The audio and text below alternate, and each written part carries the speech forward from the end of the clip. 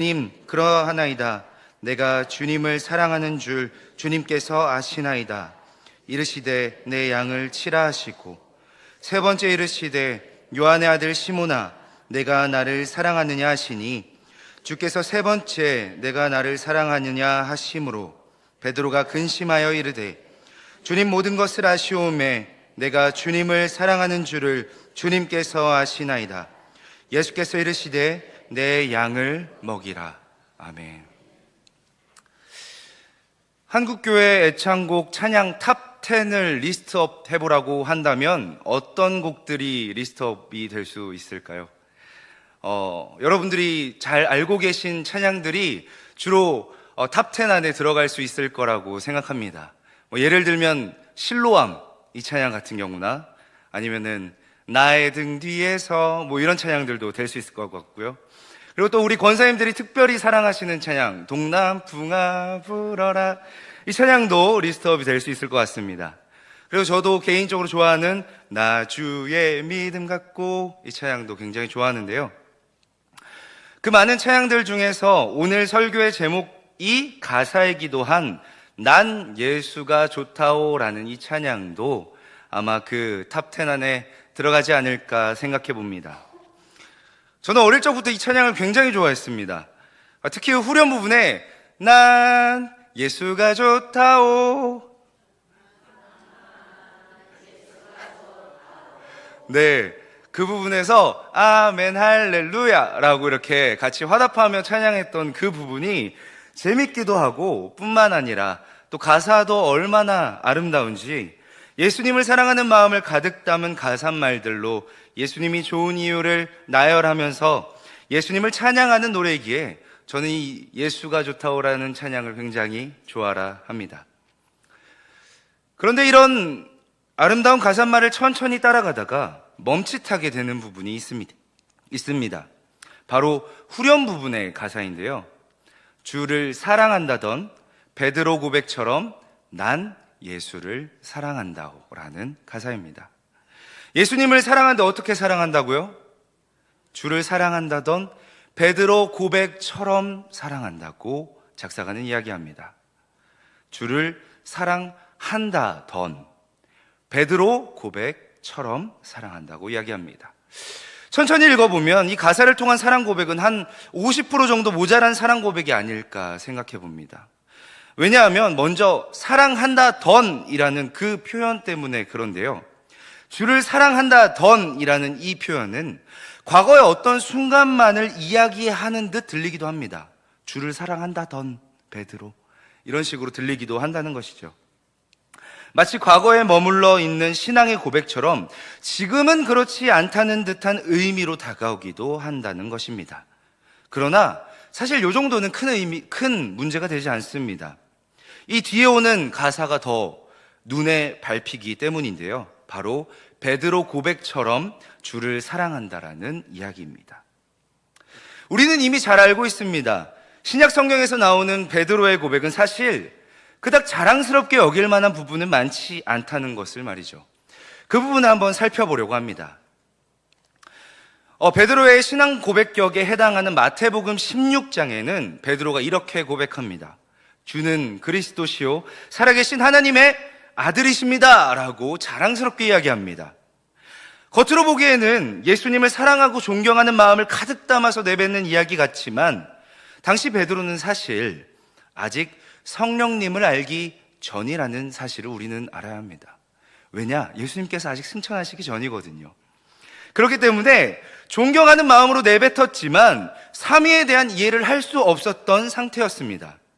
그렇게 예수님께서는 그 베드로에 대한 말에 대해서 이렇게 말씀하십니다. 지금 너가 고백하는 것은 혈육이 알게 한 지식이 아니라 하늘에 계신 하나님께서 알려주신 것이야 라고 포장해 주십니다.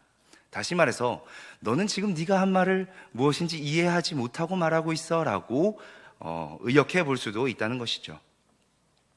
즉 베드로가 고백한 하나님의 아들이라는 의미는 그저 권력을 이양받은 아들이 유대민족을 독립시켜 줄 것이라는 인간의 욕망이 은연중에 포함되어 있는 고백이라고 해석되기도 한다는 것입니다.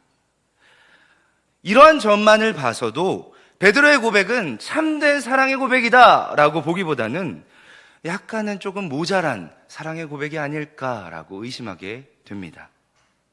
뿐만 아니라 오늘 우리가 함께 읽었던 오늘 본문 요한복음 21장도 마찬가지인데요. 베드로가 예수님을 사랑한다라고 고백하는 이 장면, 바로 이 앞전에는 어떤 일들이 있었는지 여러분들도 잘 아실 겁니다. 바로 앞의 사건에서는 베드로는 예수님을 3번이나 부인하고 모른다고 했던 사건이 있었습니다. 그것뿐만 아닙니다. 심지어 예수님께서 네가 나를 사랑하느냐라고 묻는 그 3번의 질문에 예수님께서는 나를 아가페 사랑하느냐라고 묻지만 그 대답을 회피하며 베드로는 필레오 우정합니다라고 대답하기까지 합니다. 즉 우리가 예수가 좋다오라고 끊임없이 부르며 찬양했던 이 가사의 고백들은 어쩌면 주를 사랑한다던 베드로 고백처럼이라는 이 말은 어쩌면 예수님을 완전히 사랑합니다 라는 말보다 예수님 약간 50% 모자라지만 그래도 사랑합니다 라는 고백이 될 수도 있다는 것이죠. 자, 이렇게 전제하고 나니 무엇인가 의미가 달라지는 게 느껴지는 것이 있는지요? 그렇다면 이제 제가 성도님들과 함께 나누고 싶은 부분을 드러내 볼 수 있을 것 같습니다. 우리가 앞에 이야기했던 것을 보고 오늘 말씀을 베드로의 사랑 고백으로 본다면 무엇인가 모자란 사랑의 고백이 된다는 것을 확인했습니다. 그럼에도 불구하고 저자 요한은 자신의 복음서 요한복음 통해서 베드로의 고백을 본문 그대로 삽입하고 있는 것을 확인할 수 있는데요. 요한은 베드로를 미워하고 시기했기 때문에 이 본문을 그대로 남겼을까요?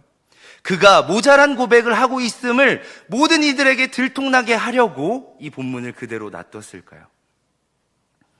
아마 그를 욕보이게 하려고 베드로의 사랑을 기록할 정도로 요한은 간악한 자가 아니었을 것입니다.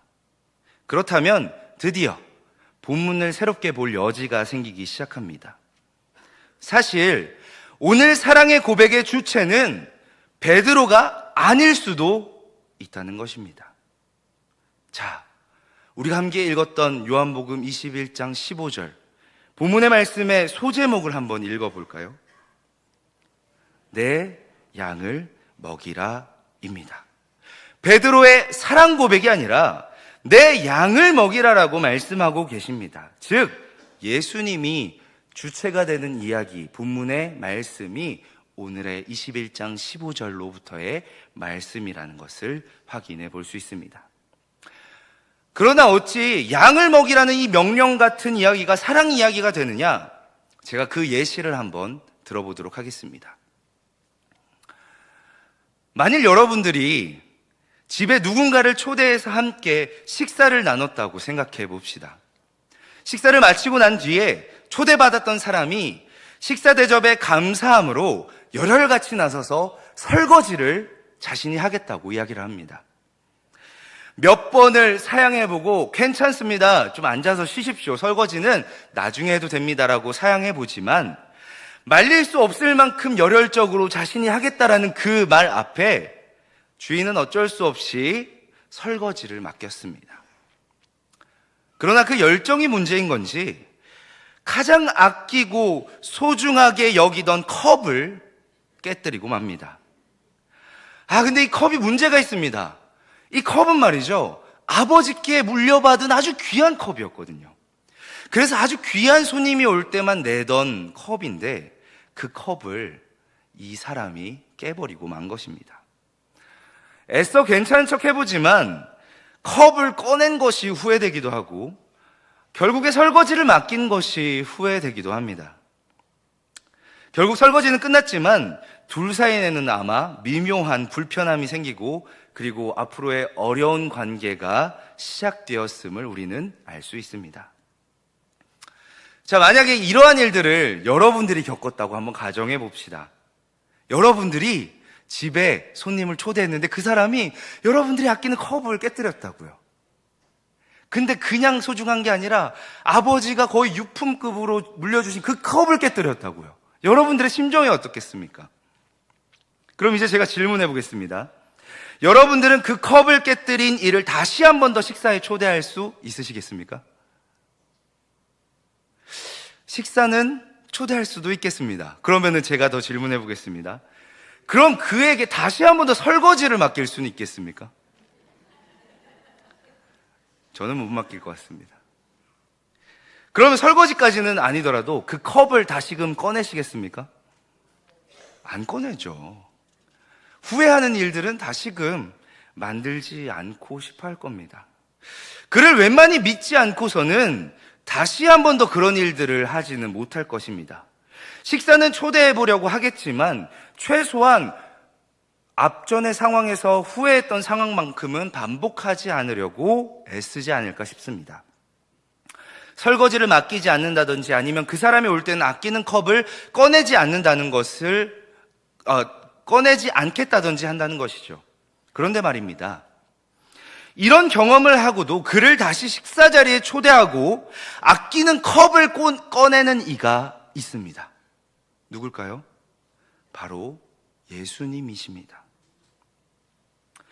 21장 앞부분을 보면 동이 트는 아침 밤새도록 낚시하느라 지친 제자들이 배를 무태다 가져놓는 동안 예수님께서는 불을 피우시고 어디에서 났는지도 모를 물고기와 빵을 굽고 계시며 심지어 자신을 알아보지도 못한 그 제자들을 배신하고 떠난 그 제자들에게 속없이 말씀하십니다. 와서 아침을 들으라. 심지어 예수님께서는 이른 아침 자신을 3번이나 부인한 이를 찾아다 다시금 아침을 차려주며 식사 자리로 초대하고 계신다는 겁니다. 자, 이제 아시겠죠? 요한복음 21장 이 본문이 베드로의 사랑 고백의 본문이 아니라 예수님이 사랑 고백하고 있는 본문이라는 것을 말입니다. 사랑이 아니고서는 이렇게 행동할 수 없기 때문입니다. 예수님께서 그 아침에 차리셨던 식사는 어쩌면 예수님 본인에게는 곤욕스러운 식사 자리였을 수도 있습니다. 예수님께서는 고통스러운 기억으로 걸어 들어가는 시간이 됐을지도 모르겠습니다. 다시 후회할 만한 일들을 꺼내는 계기가 됐을지도 모르겠습니다. 왜냐하면 십자가 고난을 받으시기 바로 직전에 하셨던 게 식사였기 때문입니다. 그렇기에 그 식사를 제자들과 함께 가진다면 자연스럽게 십자가의 고난과 고통이 떠오를 만큼 곤욕스러운 자리가 식사의 자리였을 수도 있었을 것입니다. 자신을 3번이나 부인한 베드로에게 3번이나 사랑하느냐고 물어야 했던 순간은 어쩌면 예수님께서는 본인이 배신당했던 그 순간을 다시금 기억해야 했던 그 기억의 고통의 기억을 꺼내야 하는 순간이었을지도 모릅니다. 그러나 예수님께서는 스스로 그 고통 속으로 걸어 나가십니다. 누구를 위해? 베드로를 위해 말이죠. 자신을 배반하고 자신을 부인하고 떠난 베드로를 여전히 예수님께서는 사랑하고 계십니다. 그렇게 그 어떤 고통 속으로도 들어가실 수 있으시고 감당하려 하십니다. 그리고 예수님은 심지어 베드로에게 질문을 던집니다. 네가 나를 사랑하느냐? 그러나 이 질문은 예수님께서 원하는 질문을 얻기 위해서 하셨던 질문은 아닙니다. 그저 베드로에게 난 너를 여전히 사랑하고 있어. 난 너를 여전히 믿고 있어. 라는 말처럼 들립니다. 그렇게 너에게 새로운 사명인 양을 치라는 사명을 맡겨줄 수 있고 넘겨줄 수 있고 나의 소중한 양들을 너에게 맡겨줄 수 있는데 너는 괜찮겠어? 라고 묻고 계시는 장면이 오늘의 본문의 말씀이라는 것이죠. 사랑하는 성도 여러분, 이와 같은 분이 예수님이십니다. 그 어떤 상황과 조건의 주고받음에 상관없이 우리를 사랑해 주시고 신뢰하여 주시는 분이 예수님임을, 그리고 우리는 이것이 은혜임을 기억할 수 있어야 합니다. 우리는 이 사랑을, 예수님의 사랑을 마음에 새길 수 있어야 합니다. 우리와 늘 함께 하시는 예수님이 이런 분이다라고 스스로 자부할 수 있어야 한다는 것이죠.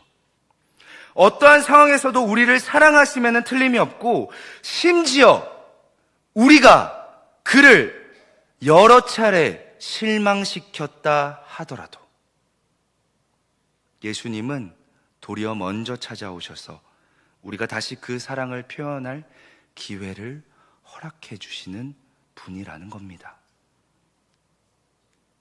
먼저 그 상처와 고통 속으로 들어오시면서까지 우리를 믿어주시는 분, 우리에게 역할을 주시는 분임을 우리는 마음에 새기며 삶을 살아갈 수 있어야 합니다. 더불어 이런 사랑은 우리가 어떤 조건과 용서를 통해서 얻어낸 것이 아니기에 그저 은혜라는 감사의 고백이 나올 뿐입니다.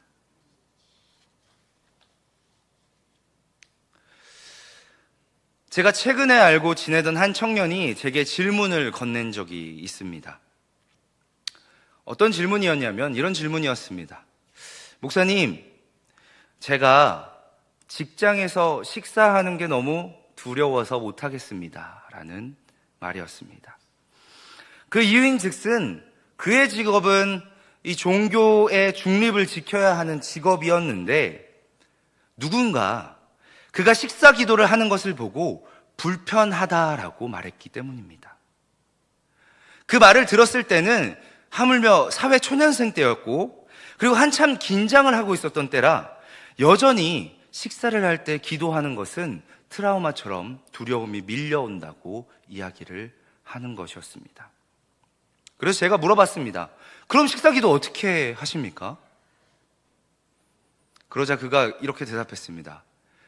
허공을 잠시 바라보며 예수님 잘 먹겠습니다 하고 아닌 듯 기도하고 밥을 먹기 시작한다고 이야기를 했습니다. 그러며 걱정스럽게 다시 한 번 더 제게 질문을 했는데요. 이렇게 질문했습니다. 근데 목사님, 제가 이렇게 기도해도 될까요? 라고 걱정스럽게 질문을 하는 것입니다. 여러분들은 어떻게 생각하십니까? 이렇게 기도해도 될까요? 두 눈 번쩍 뜨고 기도 아닌 척 허공을 바라보며 잘 먹겠습니다 하고 하는 그 기도, 여러분들은 괜찮다고 보십니까? 아마 제가 요한복음 21장을 통해서 예수님이 어떤 분인지 몰랐다면 그것은 기도가 아니야 라고 얘기했을지도 모릅니다. 오히려 청년아, 세상을 돌파하지 못하는 믿음은 믿음이라 보기에는 아쉬워. 그러니 하나님께서 만족할 만한 기도를 통해서 하나님께 기쁨을 돌리는 것이 진짜 신앙인의 모습이야 라고 얘기했을지도 모르겠습니다. 물론 권면에 있어 교리적으로 틀린 부분은 없을지 몰라도 한 가지, 예수님이 어떤 분인지 모르고 하는 답변이 될 수도 있겠습니다. 저는 요한복음 21장을 생각하며 그 청년에게 이렇게 얘기했습니다. 괜찮지 않을까요? 예수님은 당신을 사랑하시니까요. 여전히 그 마음을 알아보시고 여전히 당신을 신뢰하고 계시지 않을까요? 비록 지난 날들의 모습이 하나님 앞에 스스로 부끄러워 여길만 하겠지만, 그럼에도 불구하고 예수님은 여전히 눈뜨고 기도하는 당신의 모습을 원하고 계시지 않을까요? 그 기도를 통해서 일하시기를 원하지 않을까요? 라고 답변을 했습니다. 예수님께서는 그런 분이니까 말이죠.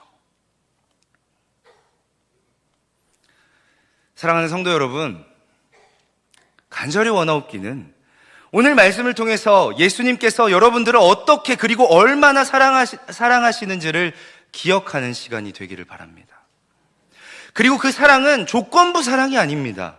원하는 대답을 얻어야만 성취되는 사랑이 아니라 당신을 향한 찐 사랑을 여전히 이어가고 있는 분이 예수님이라는 것을 꼭 기억하는 성도님들 되셨으면 좋겠습니다.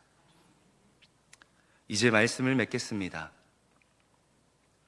난 예수가 좋다오 찬양의 마지막 3절의 고백에는 이러한 가사가 있습니다. 형제 자매여, 참된 행복을 찾거든 예수님을 만나보세요. 그분으로 인하여 참 평안을 얻으면 나와 같이 고백할 거요. 난 예수가 좋다오. 찬양의 가사처럼 우리가 행복을 고백할 수 있는 이유, 내 삶의 어떠한 상황이 내 앞을 가로막아도 평안을 이어나갈 수 있는 이유, 그 이유는 어떤 상황 속에서도, 나의 어떤 모습 속에서도, 지난날의 나의 어떤 조건과 환경 속에서도 여전히 예수님께서는 우리를 사랑하고 계시기 때문입니다. 우리가 얻어내지 않았지만 처음부터 끝까지 우리를 사랑하시는 그 은혜로 인해 우리는 이제 우리의 삶을 행복하다고 말할 수 있어야 합니다. 그렇게 우리에게 주어진 일들 속에서 기쁨과 안도감으로 살아내는 여러분들 되기를 바랍니다. 그렇게 우리의 일상을 한번 살펴봅시다. 주의 사랑이 아닌 곳이 어디 있겠습니까? 주의 사랑이 아닌 상황이 어디 있겠습니까? 주의 사랑이 아닌 조건이 어디 있겠습니까? 주의 사랑의 아닌 곳이 어디 있겠습니까? 여러분들은 그런 사랑을 받고 계시는 분들입니다. 그런 받은 사랑을 보관만 하는 것이 옳겠습니까? 그 사랑을 받은 베드로에게 예수님께서는 말씀하십니다. 내 양을 먹이라, 내 양을 치라. 이 말은 그 사랑을 세상 가운데 나눠줄 수 있는 사람이 되라라고 말씀하고 계시는 겁니다. 어쩌면 그 사랑을 나눠야 할 곳이 주님께서 내게 맡겨주신 양떼들이 있는 곳이 아닐까 생각해 봅시다. 그렇게 사랑을 나누며, 그렇게 사랑에 매여 있으며, 그 모든 삶의 순간순간이 사랑으로 가득 찬 김해교회 성도님들 모두가 되기를 간절히 기도합니다. 사랑과 은혜가 많으신 아버지 하나님, 참으로 감사합니다.